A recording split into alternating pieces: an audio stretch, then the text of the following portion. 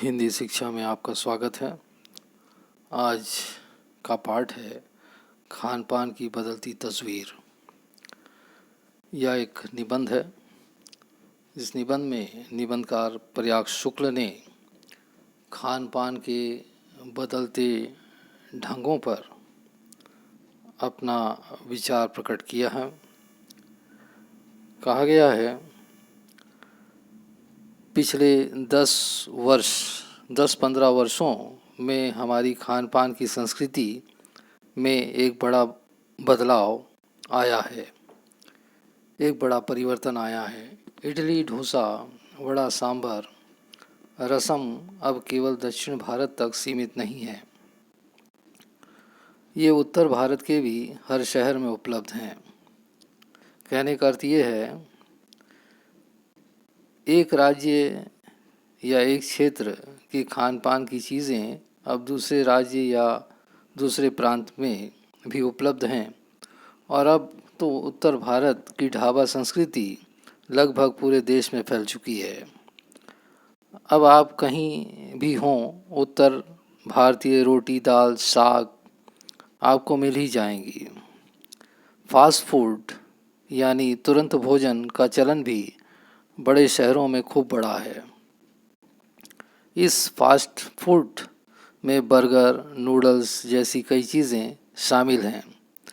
एक ज़माने में कुछ ही लोगों तक सीमित चाइनीज़ नूडल्स अब संभवतः किसी के लिए अजनबी नहीं रहे।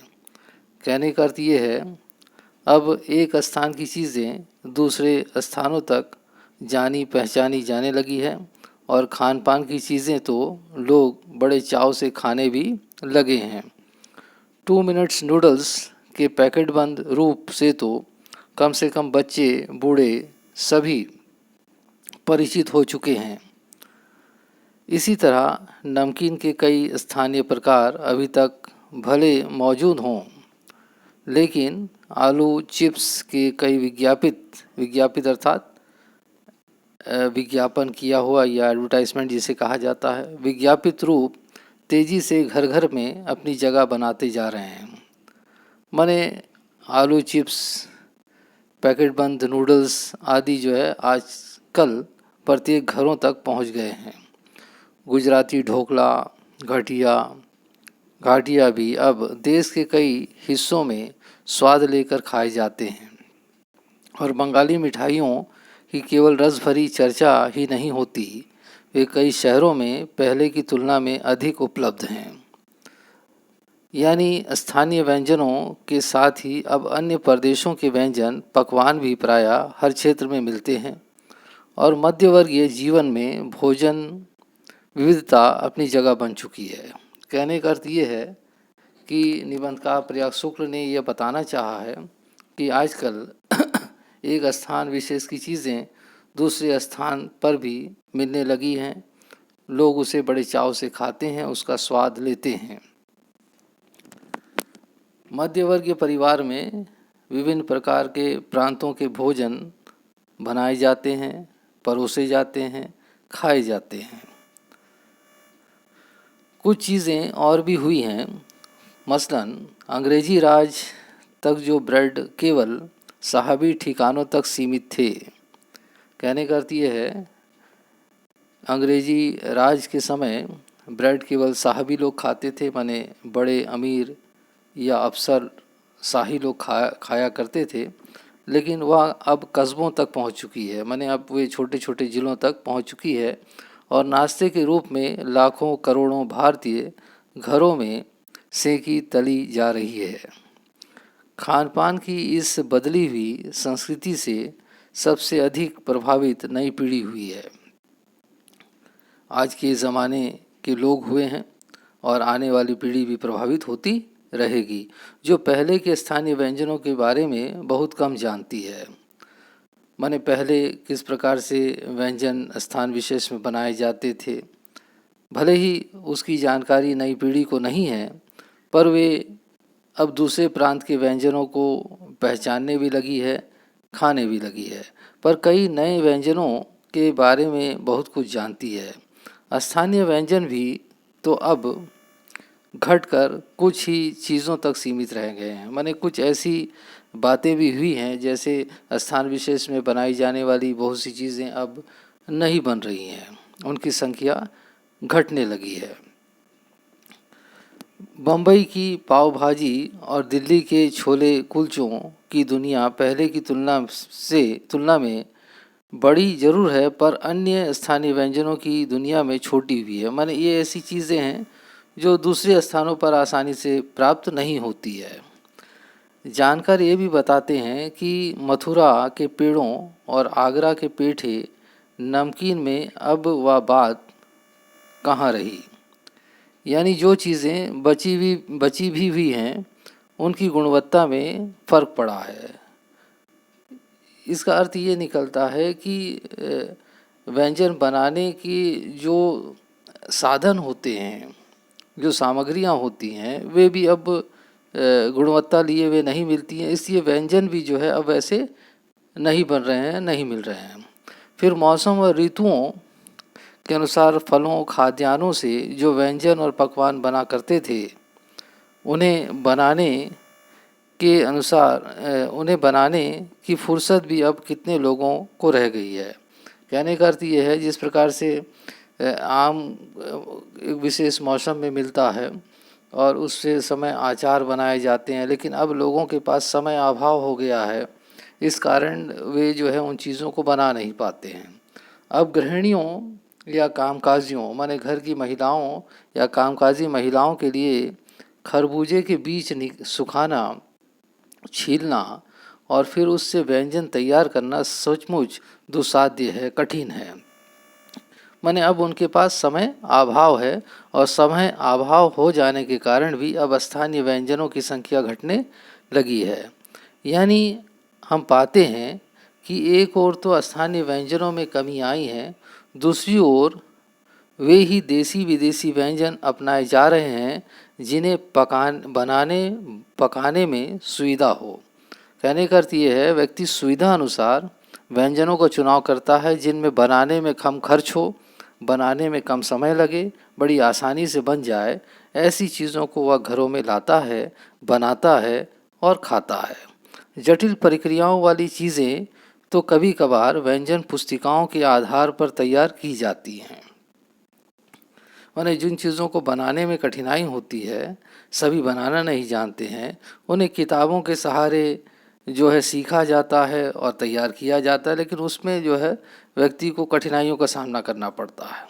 अब शहरी जीवन में जो भागम भाग है, माने जो भागदौड़ की ज़िंदगी है, व्यस्त जीवन है, उसे देखते हुए यह स्थिति स्वाभाविक लगती है, माने यह सही भी है।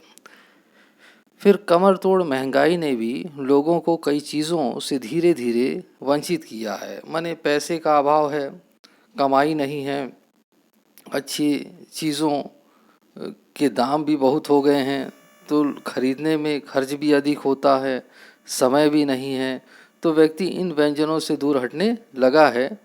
जिन व्यंजनों में बिना मेवों के स्वाद नहीं आता, उन्हें बनाने पकाने के बारे में भला कौन 4 बार नहीं सोचेगा। माने जो अधिक खर्च करके बनता हो, ऐसी चीज़ों को बनाने से अब लोग जो है दूर होने लगे हैं। खानपान की जो एक मिश्रित संस्कृति बनी है, अर्थात मिली-जुली संस्कृति बनी है, इसके अपने सकारात्मक पक्ष भी हैं, माने इसकी अच्छाई भी है।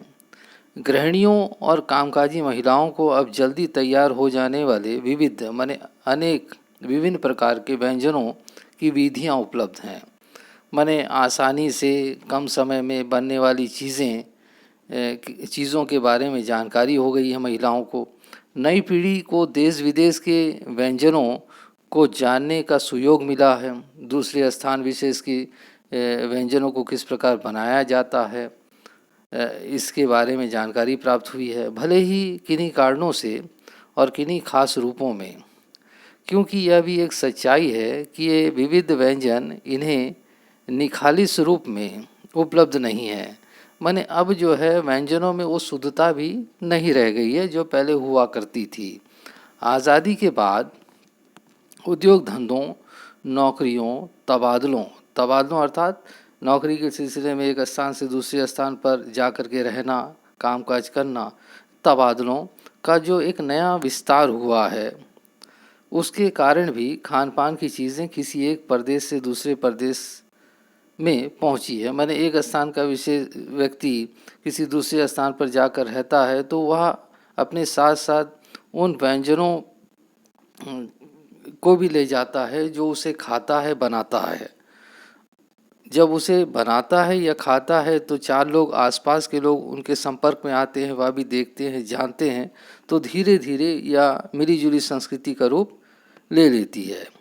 बड़े शहरों के मध्यवर्गीय माने जिसे आप मिडिल क्लास कहते हैं, स्कूलों में जब दोपहर के टिफ़िन के वक्त बच्चों के टिफ़िन डिब्बे खुलते हैं तो उनसे विभिन्न प्रदेशों के व्यंजनों की एक खुशबू उठती है। माने कोई इडली लाता है, कोई रोटी लाता है, कोई चावल लाता है।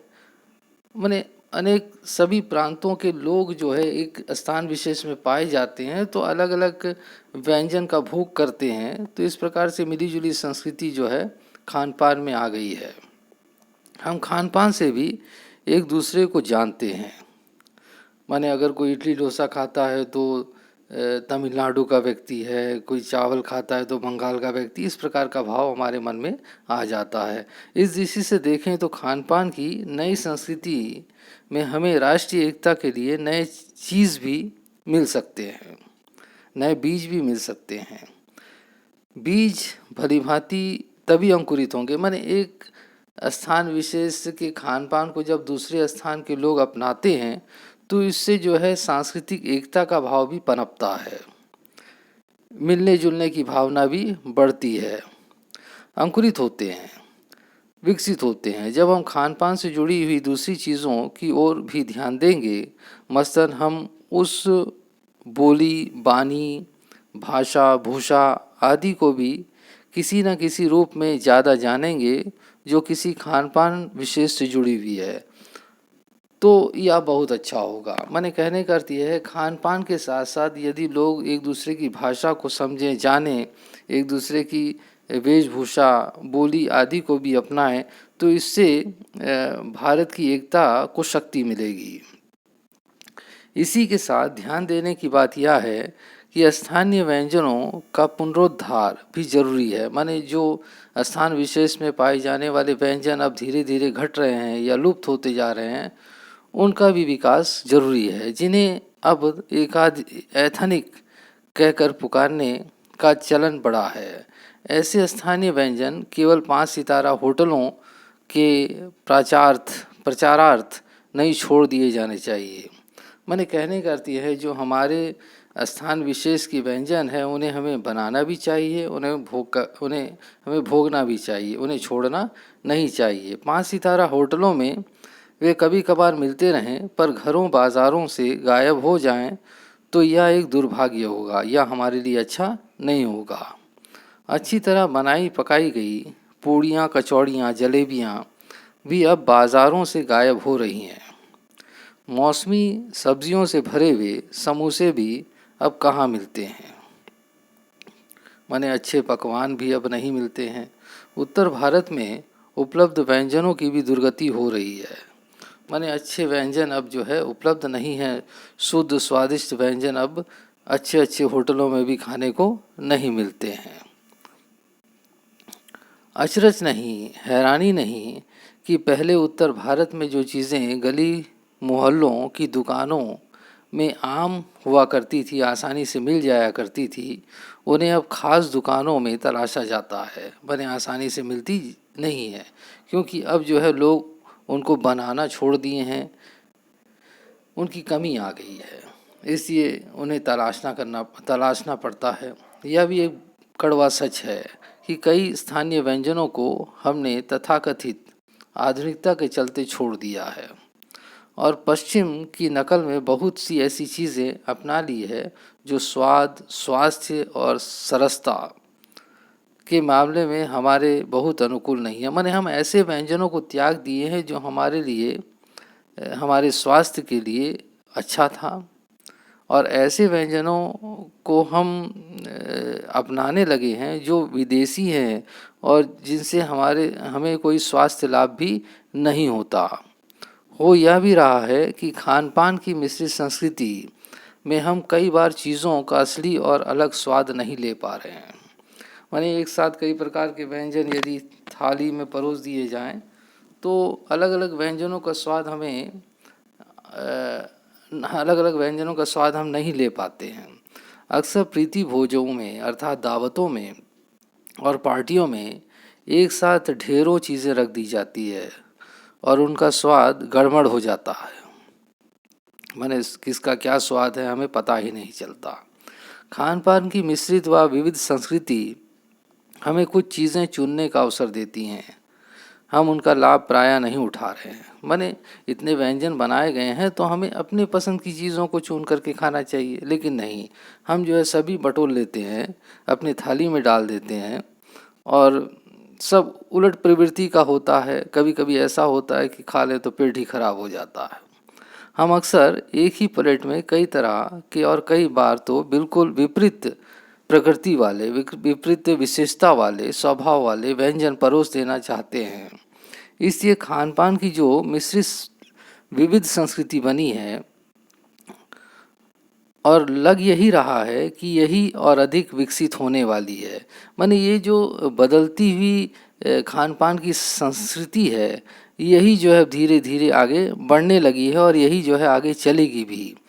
उसे तरह तरह से जांचते रहना जरूरी है, उसे हमें सुधारना जरूरी है, जिससे हमारे स्थानीय व्यंजनों की संख्या ना घटे, उसका विस्तार हो, वे लुप्त ना हो और हमें फ़ायदा हो, हमें शारीरिक धन का लाभ होता रहे। हम एक दूसरे की भावनाओं से एक दूसरे से अच्छी तरह जुड़े रहें। आशा है यह पाठ आपको समझ में आया होगा। धन्यवाद।